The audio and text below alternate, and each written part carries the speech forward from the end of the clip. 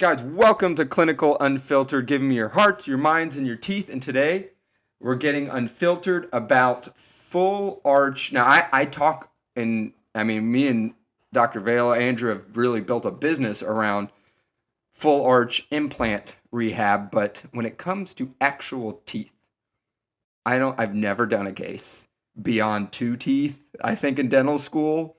So I'm very much in the dark as we go down this alleyway. But I want to learn so much more and hopefully impart some knowledge on our listeners. Dr. Parikh, can you take it away? Introduce yourself again. You've been on an episode before. Hi, everyone. My name is Dr. Varisha Parikh. I am a prosthodontist. I'm based out of Los Angeles, California. And I think Sasha chose me because I'm a prosthodontist. And also, recently, I have joined on as faculty with CDOC's Education, and I am teaching their digital full mouth rehab course. So, this is right up my alley in what I do in my practice and what I teach as well. I feel like, and to your point, to inflate your own head, I feel like you do a good job of bringing these complex topics and making them ingestible. That's another thing. Between our conversations, I could tell that's a skill set you've got, and that's key when we're trying to go down these larger case rabbit holes. Now you obviously have like a lecture workflow that you go through. So like, I'm a doctor, I've never done a case, but I want to. I want to try a case. Talk to me. Where do I start? Yeah.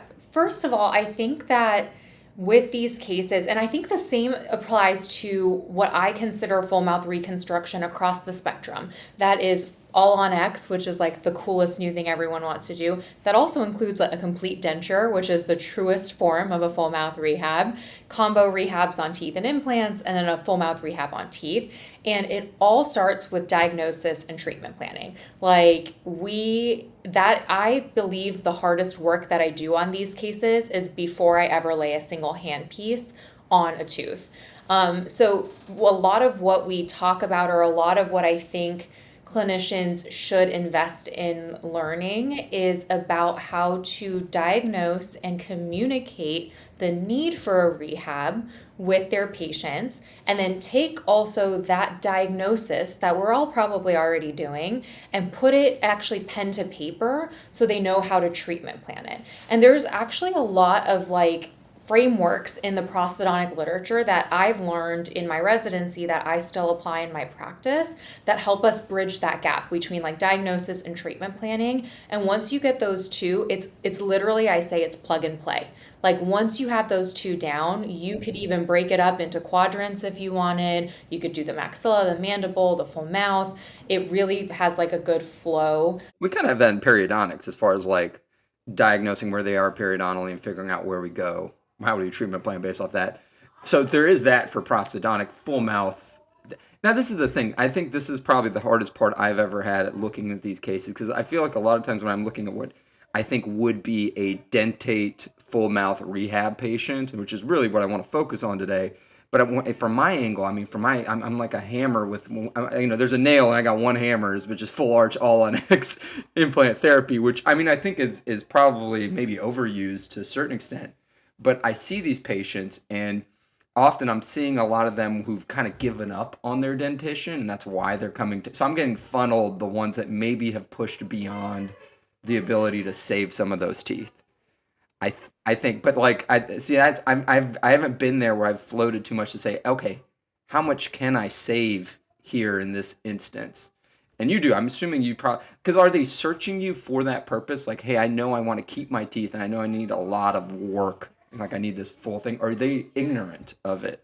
It can be a little bit of both. I think for the general practitioner who's wanting to get into full mouth rehabilitation or rehab in general, you probably have a number of these cases latent in your practice, and it just has not been communicated or evaluated with that lens.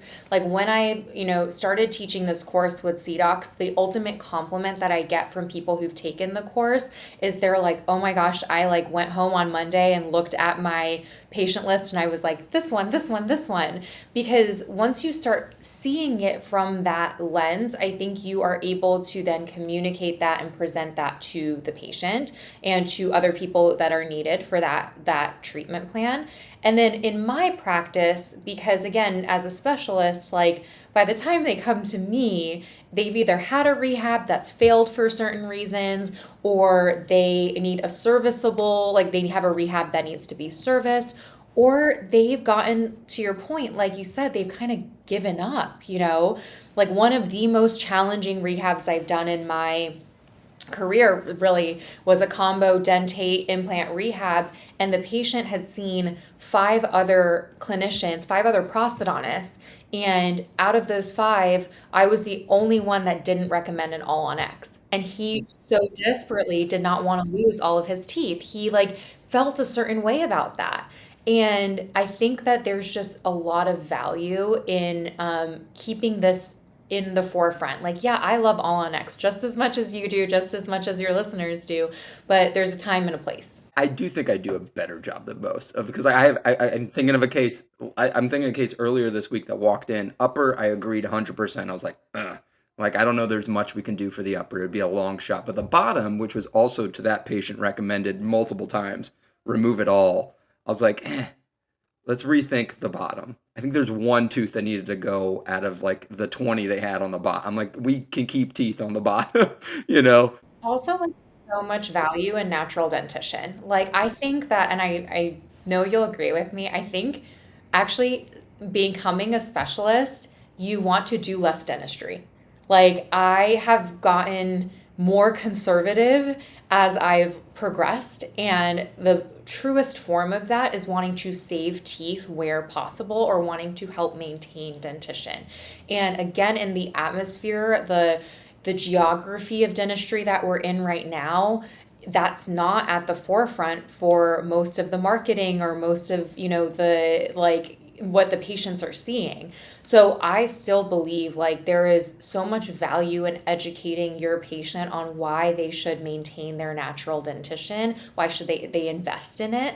And ultimately, look, the decision is theirs. Like on the same token, I've had cases where I'm like, hey, I really think we can save this arch or, you know, do some of heroics here and I think it'll be worth your while. And they're like, nah, I don't want that. Like, take it all out.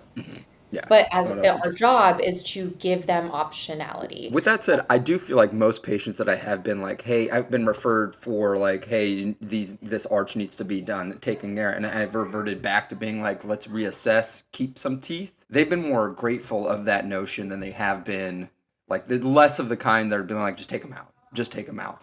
And honestly, it comes from a standpoint. I look at my patients and I look them dead in the eye in the soul, and I'm like, I'm the guy, I've done thousands of implants. I'm also the guy that has to fix a lot of these implants that then have an issue. I get funneled a lot of that. And being that guy, man, do I love teeth. Implants, phenomenal replacement options with emphasis on replacement. um, if I can do a round of saving your teeth, if someone can help me save your teeth for 5 more years, how much better are we getting? Maybe we're regrowing teeth in 10 years. Who knows? If I can punt that ball down the road 5 more years. That's the thing. I think for a lot of us, when it comes to saving these teeth, these full mouth dentate patients and trying to save them, we're thinking, oh, it's going to fail in 5 to 10 years. 5 to 10 years is phenomenal. Like, that's a lot of time of a person's life. You know, that's a decade. We like preempt ourselves because we're like, oh, and I, you know where this comes from? This doesn't come from our expectations of our clinical dentistry. This doesn't come from our expectations of our dental materials. This comes from our patients' expectations and what they believe dentistry should be, which is they believe dentistry should be infallible. They believe that it should be guaranteed for 10, 15, 20 years. So as clinicians, when we're up against a wall where patients want our work to be perfect and that we are going to be held responsible for it for 10 years, then we're obviously not going to play it safe or play it conservative because we don't want to deal with the other side of that, right? Like I think that my staff like jokes with me. They call me like a doomsday dentist because sometimes I sit down and I talk with my patients like same thing. I'm looking at them and I'm like, I need to be very clear with you.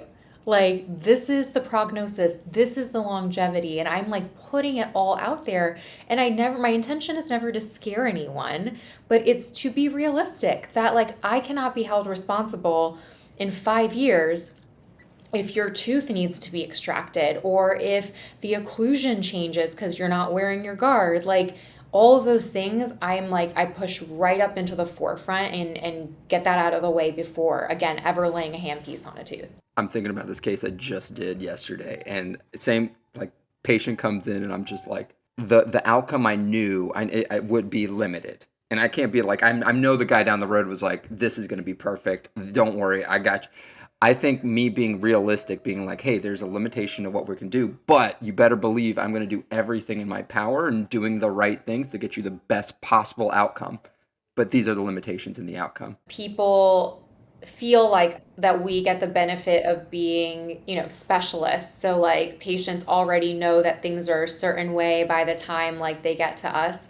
And although I think that there's an element of that that's true, when I talk to my general dentist colleagues, I always tell them, I'm like, you are an amazing clinician, but also you're not supposed to be, infallible. Like, you need to tell your patient, like, this is the real, like, if you overpromise and underdeliver, it will be so much worse than if you do the opposite. Like, it's funny, I was talking to, this is a dentate rehab patient, went overseas to have treatment done. I'm having to redo it.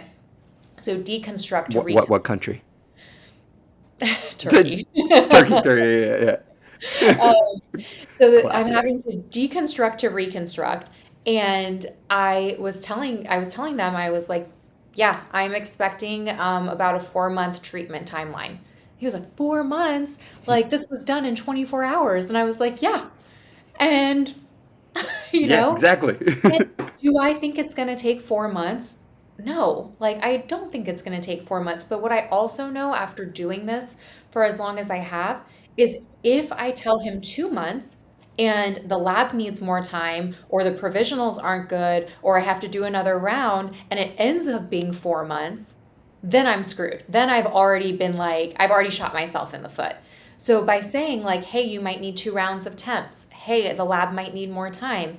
Hey, I'm expecting that you need to adjust for function, aesthetics, and speech. I'm putting it all out there and giving myself this huge leeway.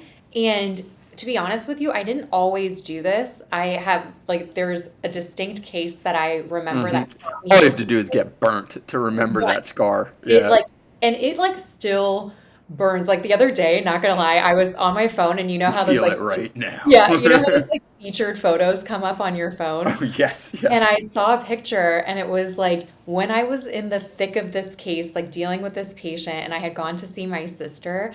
I was like, I look so stressed. Like, I had like these under eye bags in the picture, and then instantly, like, all those emotions came flooding back to me, and I was like, yeah, no wonder. But it took me that one case where I totally overpromised, and I will never do it again. For sure. I've been there. Yeah. That was just about to say. A lot of this comes from it happened, where I did overpromise and just kind of chased my tail the whole way through. Um, but yeah, no, I guess I like now that I want to circle back to like actually finding a patient. Is there like a tilt, like obviously that's what I'm saying with all on X, I feel like it's hard to distinguish who's going to go down the dentate route, who's going to go down the full implant route, or who's going to go down the mixed route, I guess. Do you have like a criteria you're looking at before you talk to? I mean, obviously the patient is a factor there, but sans patient, like is there a criteria you're specifically taking to take which avenue you're taking? Yeah, I think one of the ways in which I take the pressure off of like making that decision instantaneously is in my practice, we have something called a smile design program. So, what that means is if I see a patient, whether it's on referral or a consult that walked off the street, and I perceive that they are going to need some version of a rehab, right? I'm not boxing myself in, I'm saying some version of a rehabilitation. I have that conversation with them and say, hey, Mrs. Jones, your case is more complex for these reasons that I'm seeing during our quick initial consultation. In order to prepare the best possible options for you, I'd like to make sure that we can get a comprehensive set of data records that can allow me to make the digital version of you. And then I'm literally going to put pen to paper and write out our options for each tooth and how that would contribute to your overall condition. So if they agree, in this Smile Design program, we do an FMX, a CBCT, intraoral scans, bite registration records with like a leaf gauge if I feel like I need it, um, and a full set of photo studio photos. And from there, I literally sit down, I have everything up, and still a pen to paper girly. Like I don't Are love. you doing all these specific exam components yourself? Like, I mean, My team is helping me out where because like I can't I imagine a team member being like, "Oh yeah, this needs a leaf gauge for no, me to no. like." Yeah. So I'll do the leaf gauge and bite registration, and I Okay. take all of my own photos for these cases just because I think, and like this is a lot of what we talk about in the coursework. I think that the quality of the input at the very, very beginning has to be so good. That's a new thing. The bite reg, like that's why I asked that because that is a newer thing for me. Is that when I know the bite's funky, I'm specifically taking the bite. Otherwise, I honestly I let them take everything else and photos. I just take the photo. It's habit. I like taking photos. I like, I enjoy that and I kind of have a vision for what I like want from those pictures. But yes, so between myself and my team, that set of data is being taken. And then from there, where I'm literally sitting down and I'm writing tooth number two, existing occlusal amalgam, prognosis, good, fair, poor, hopeless, guarded, and then treatment. And so to your initial question is where are you deciding to go? Well, once you have it all mapped out there and you literally have it written down, then you really sit down and you're like, man, out of this whole arch, only 5 teeth are good candidates, or only 5 teeth have a relatively good prognosis. Maybe we should start talking about all on X. Maybe we should start talking about removable if that's what they want. Or hey, I have a really solid periodontal foundation. I just have existing restorations that are failing or a bite that's not in the right position. Maybe I can reconstruct them with crown and bridge work in a dentate fashion. I have an AI dictation that I've recently liked. I'm gonna like right now. It's actually a British one called Digital TCO, and it is if and when we're meeting in Munich, I'll show you. It's got this button called Super Dentist Cheat Mode, where you just start talking, but you can create templates like that. Hey, I'm gonna go tooth by tooth, and then give suggestions. So you don't have to do pen and paper. Obviously, it seems like it's something that you like the feel of it, but that might speed up that process for you. Well, I love that. I mean, hopefully one day we'll be at AI just like outputting it for us. Yeah, I mean, it'll give a suggestion. I'll tell you, it does that, and I'm like, nah, okay, like, good job, buddy. I got this from here. But you said 5 teeth, like you kind of threw out a number, like because when I'm looking at the cases, I'm trying to think again. I don't do a 6 to 11 bridge, canine to canine bridges. I don't do them frequently enough to know this is a good idea.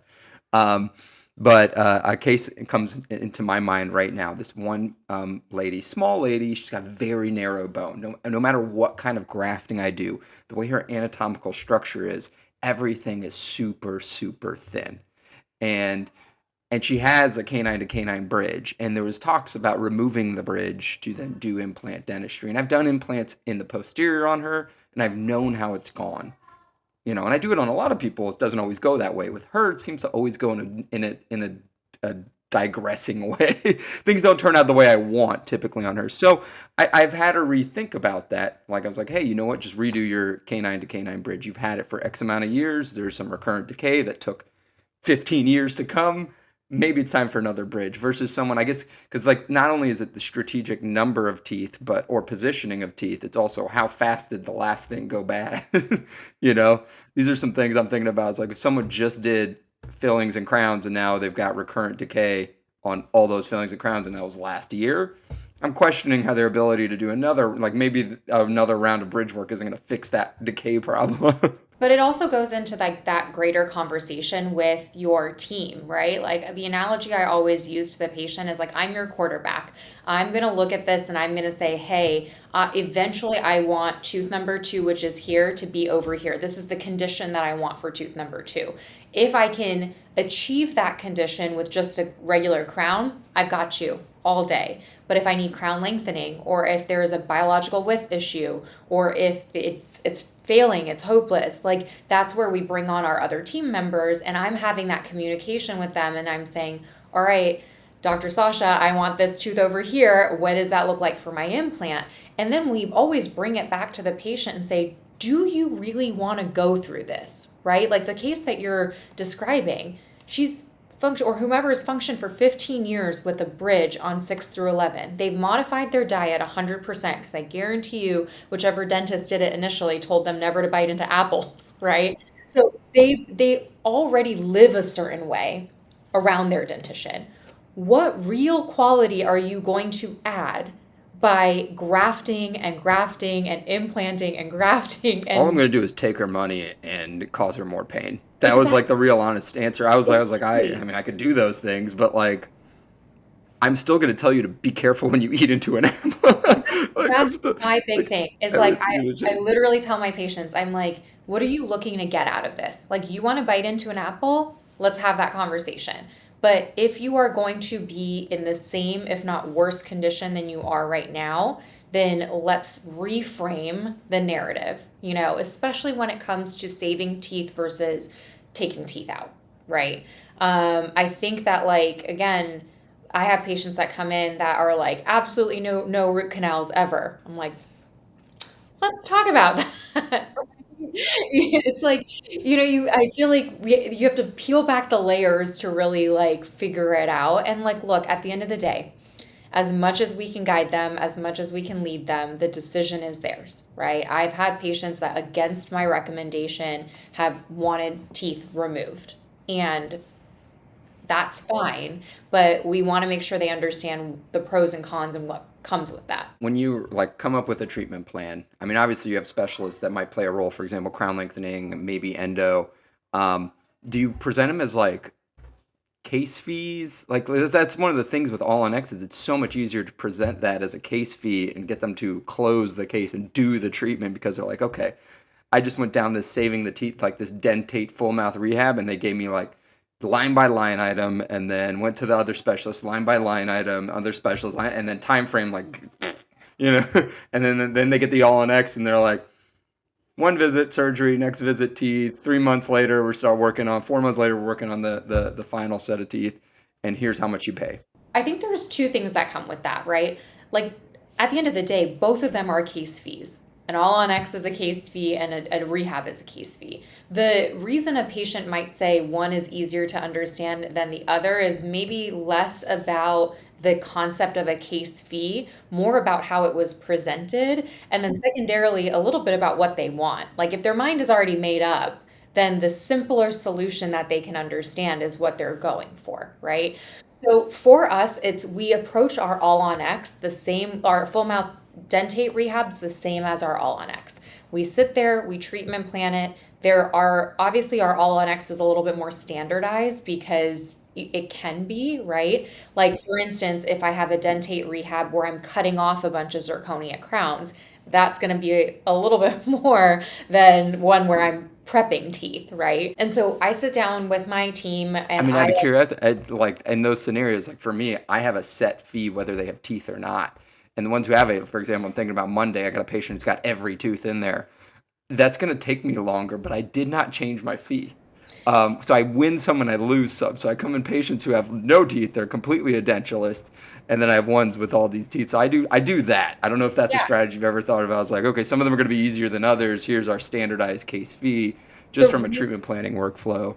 The reason that I still attach a value, and now I'll be honest, I'll discount it sometimes or I will, Right. apply it towards, but the reason I still attach a value to crown removal is because crown removal is like opening Pandora's box. And I don't want to be held responsible saying you told me it would 110% work. And that's why you didn't tell me what the risks of crown removal are because we can't see through zirconia, right? So if I'm cutting off zirconia crowns, I don't know what that prep looks like. I don't know what that prep looks like in relationship to the other preps and the occlusion. So I still attach a value to that specific procedure. And also, like you said, like it's a lot of work, to do that. So there, like, I believe we should be compensated for that. But really, like, going back to the case fee, like at the end, it's still a case fee. I tell my patients that if they do need adjunct therapy, we give them ranges, right? And these are ranges that my specialists feel comfortable with me presenting on their behalf. Like I've explicitly asked them because I never want to put them in a weird position as well. And so again, like this case that I have, where it's a foreign rehab that I'm deconstructing, I was very clear.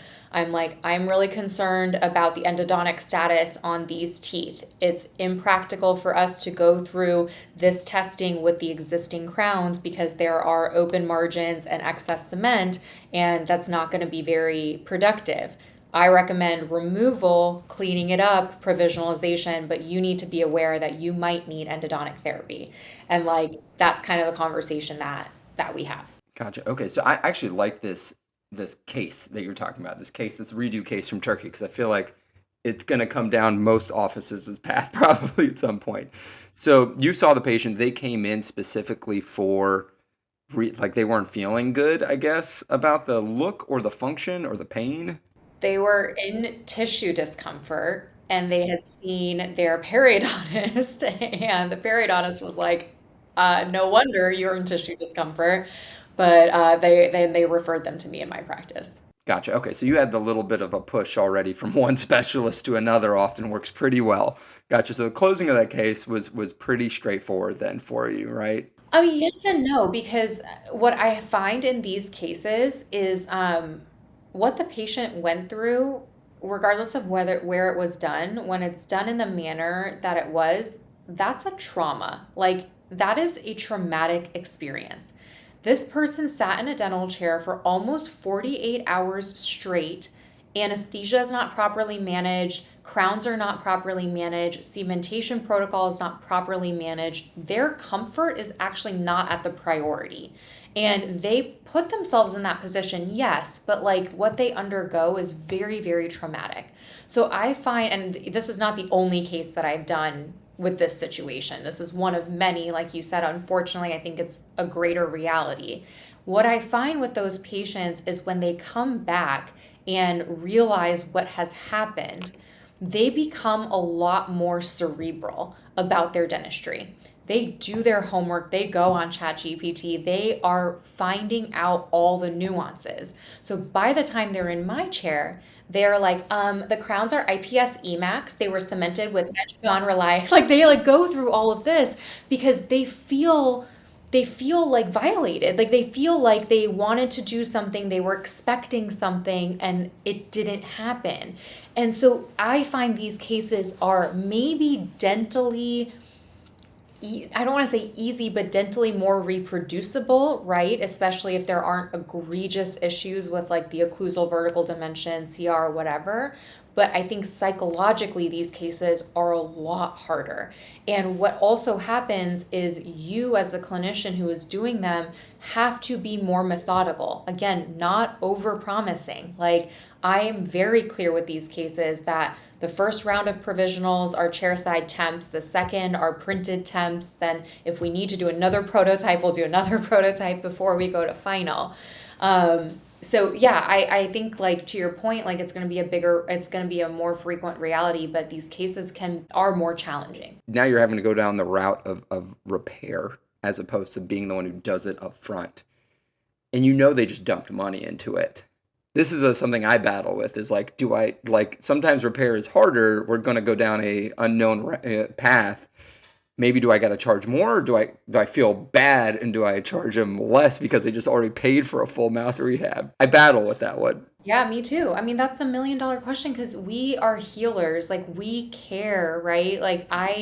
My husband who's in finance, like when I was setting up my practice, he was like, things that come naturally to him in terms of financial concepts on the business side, to me were like much more harder to wrap my mind around. And that's because it's not in my nature. Like I didn't go into dentistry to be a businesswoman. I went into dentistry because I love helping people. And so in these cases, it really tugs at your heartstrings. Like all of my complications, like my implant complications, my restorative complications, all of the redos or the complications that we have to deal with, like all of those like make me feel a certain way. So what'd you do for this patient? I charged my natural fees, my normal fees. Let me ask you, do you communicate the fees to your staff, or does your staff kind of have an understanding, like, okay, that, like, how do you communicate these? I mean, obviously, because that's the thing, is these cases are so much larger where, especially dentate, like it's easy for me to turn to my staff when I'm doing all on X, and I've tiered it. So I'm like tier one complication. There's three price codes. Basically, they know tier one's probably meaning it's like no teeth are there, plenty of bone. Tier two, I'm probably going to take out some teeth, do some grafting. Tier three, I'm going remote anchor it. Like it's getting wild.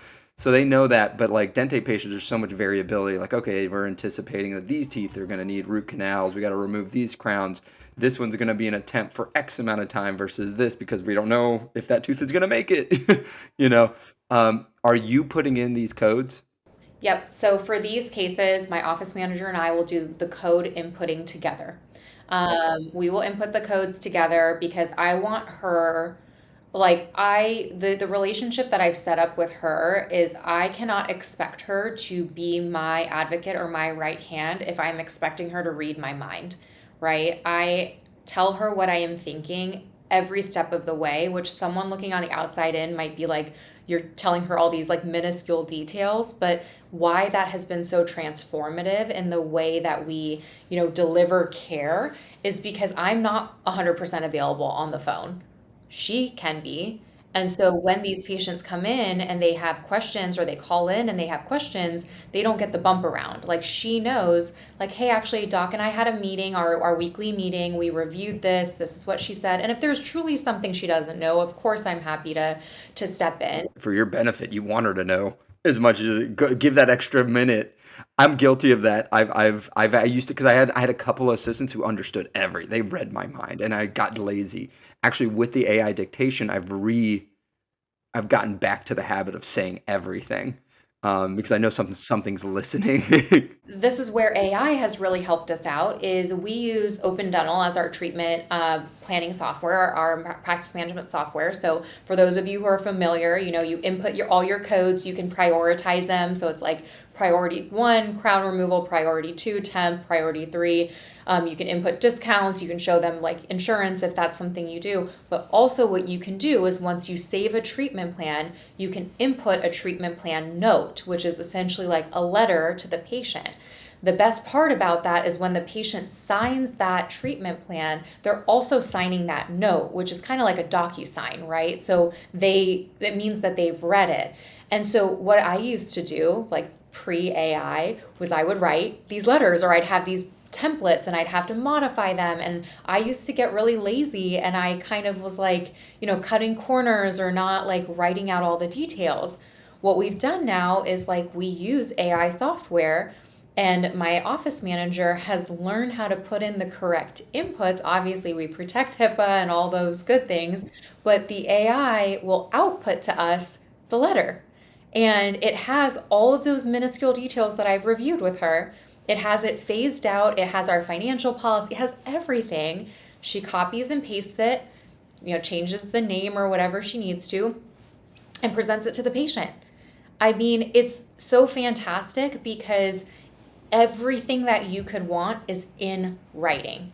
And it is literally a non-negotiable, right? Like we used to have a situation where again, one case, and you always learn this patient I did a dentate rehab for, and he would eat like peanut M&Ms. Like that was his thing. When he was in provisionals, he would eat peanut M&Ms. It's like, sweet provisionals. Let me see what I can do. And it got to the point where he fractured a provisional, but with it, he took a part of the buildup. He took a part of the buildup with it. And I realized at that time that it wasn't explicitly written in our treatment plan letter and our consent form about if I have to redo structural work, there would be a fee. And they actually fought me on it. And I was like, you know what? we're adding it in. So it's like these little things where like when my office manager and I sit down and I tell her like, hey, on this patient, like the read that I'm getting is this part can be a little bit there, they might be confused or they might get a little contentious on it. Let's be really clear that this is what's included or this is what I might need to do. And I mean, it's a testament obviously to our technology, but to her as well. Like she's really like learned how to communicate these and take an ownership over these cases, which I'm really, really grateful for.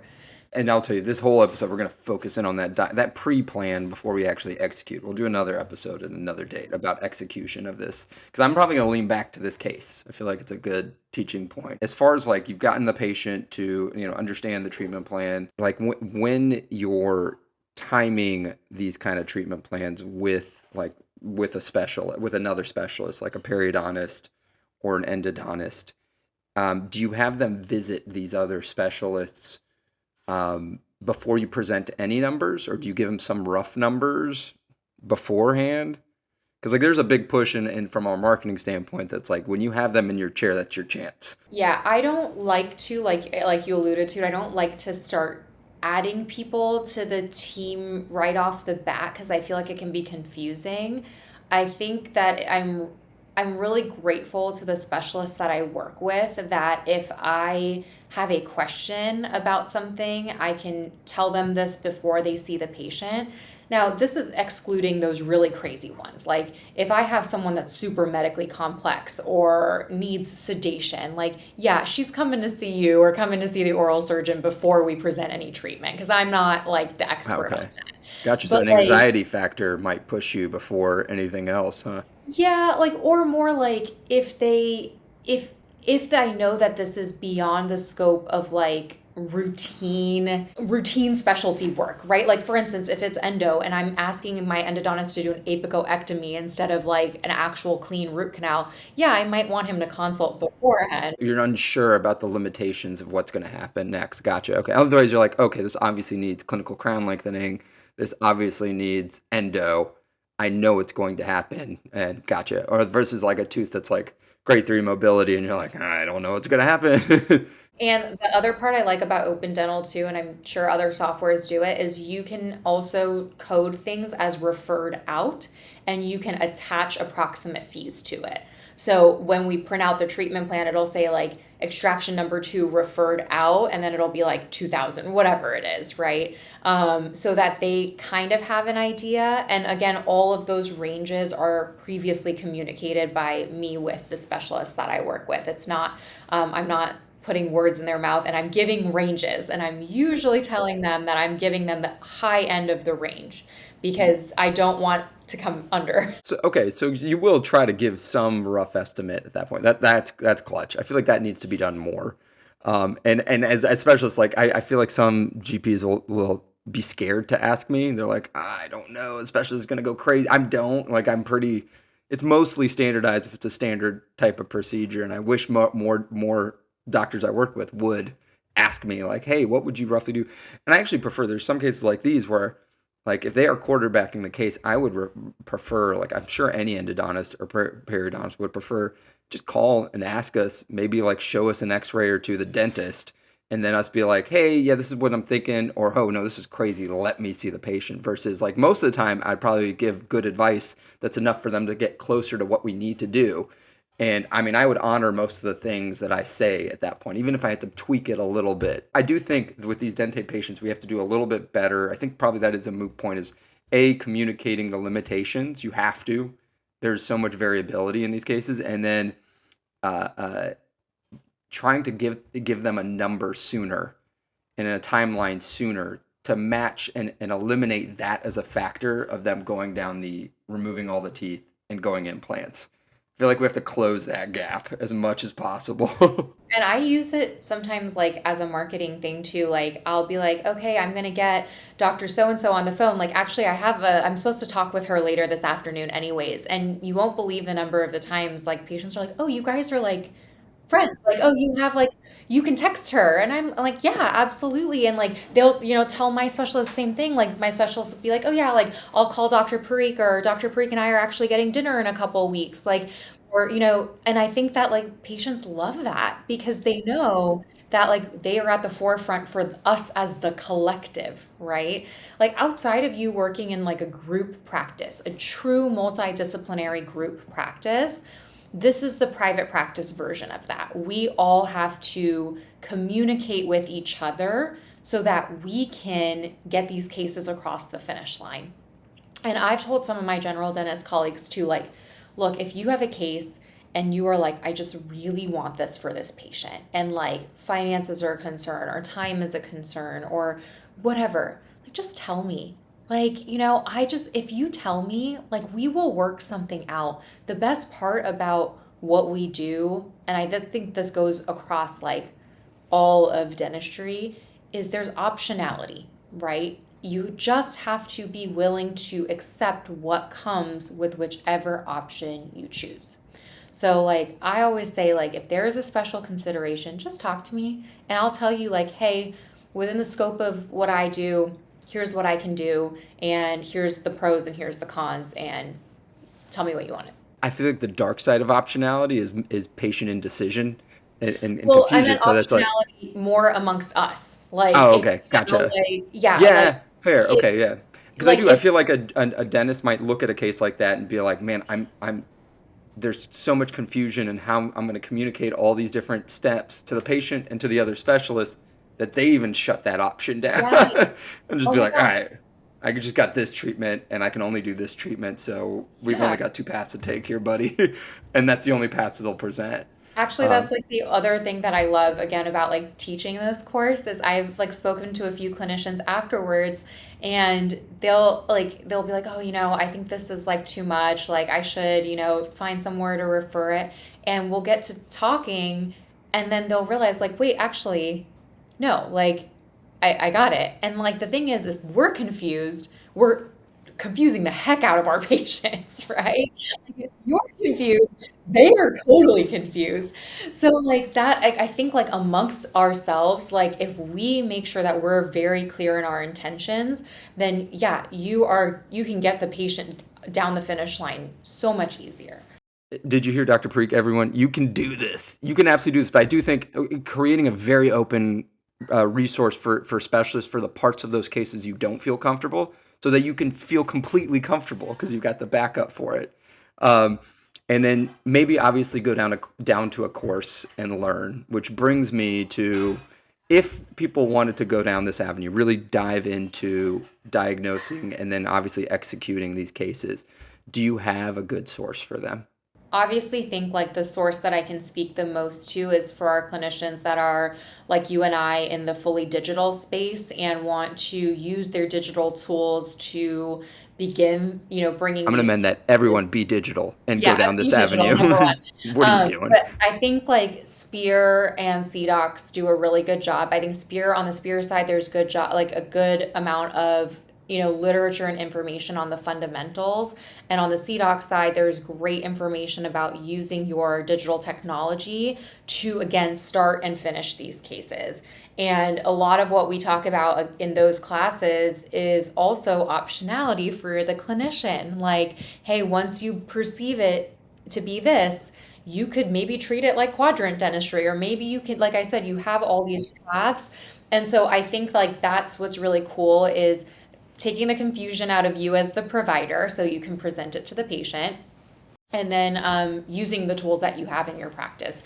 Honestly, there's so many great resources like, on YouTube, social media. Like I think, literature, there's a lot out there.